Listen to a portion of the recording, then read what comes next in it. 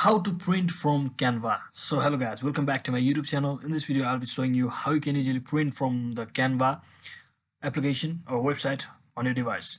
So before we get started, make sure you are successfully logged in and your Canva account. And once you're inside here, so let's say I want to print something from the Canva. That is, let's say I want to print a resume. Whenever click I on the resume, some sample. Let me just show you by printing some sample. Let's say I want to print this.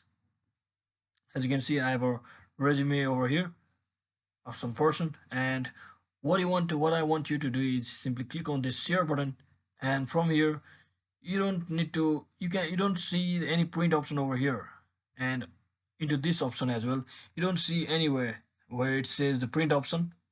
So what you simply need to do is head back and simply click on download, and as you can see it's set on PDF standards. So simply head over to PDF print, for which is, as you can see, it's showing best for printing. So simply click on that option and hit the download button and wait for some time for it to download.